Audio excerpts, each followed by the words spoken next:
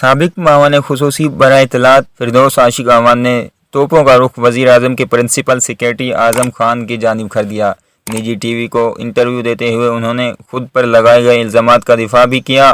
وزیر اعظم کی سابق معاون خصوصی فردوس عاشق اعوان کا کہنا ہے کہ بہت سے لوگ وزارت میں دخل اندازی کرتے تھے اور وزیر اعظم کے پرنسپل سیکریٹری اعظم خان نے بلا کر استعفیٰ مانگا۔ فردوس عاشق اعوان نے یہ بھی کہا کہ میرے خلاف خبریں چلائی گئی، تاہم حکومتی ذرائع نے فردوس عاشق اعوان کا الزام مضحکہ خیز قرار دیتے ہوئے کہا ہے کہ وزیر اعظم کے پرنسپل سیکریٹری کے پاس ایسے اختیارات نہیں ہوتے، اسی لیے ممکن نہیں کہ کسی بھی سیاستدان کی تعیناتی کو اپنی مرضی سے مستعفی ہونے کا کہہ سکیں یا اسے ڈی نوٹیفائی کر سکیں۔ حکومتی ذرائع کے مطابق بہت سے کیسز میں وزیر اعظم کے پرنسپل سیکریٹری پر تنقید کرنے کا مقصد وزیر اعظم کو ہدف بنانا ہوتا ہے، جس پر براہ راست تنقید نہیں کی جاتی۔ خیال رہے کہ فردوس عاشق اعوان آج پریس کانفرنس کرنے والی تھیں۔ فردوس عاشق اعوان معاون خصوصی برائے اطلاعات و نشریات کے عہدے سے سبکدوشی کے بعد یہ پہلی کانفرنس ہونی تھی، تاہم ان کی یہ پریس کانفرنس عین موقع پر منسوخ کر دی گئی۔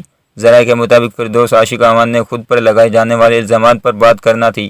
واضح رہے کہ وہ کچھ دن قبل وزیر اعظم عمران خان نے فردوس عاشق اعوان کو معاون خصوصی برائے اطلاعات و نشریات کے عہدے سے ہٹا دیا تھا، جس کے بعد انہوں نے سینیٹر شبلی فراز کو وزارت اطلاعات و نشریات کا قلمدان سونپ دیا تھا۔ انہوں نے اپنے عہدے سے سبکدوشی کے بعد ٹویٹ میں کہا تھا کہ کپتان کو بیٹنگ آرڈر میں تبدیلی کا حق ہے اور میں ہر حال میں کپتان کے فیصلوں کی پابندی کروں گی اور پارٹی جو ذمہ داریاں دے گی انہیں نبھاؤں گی۔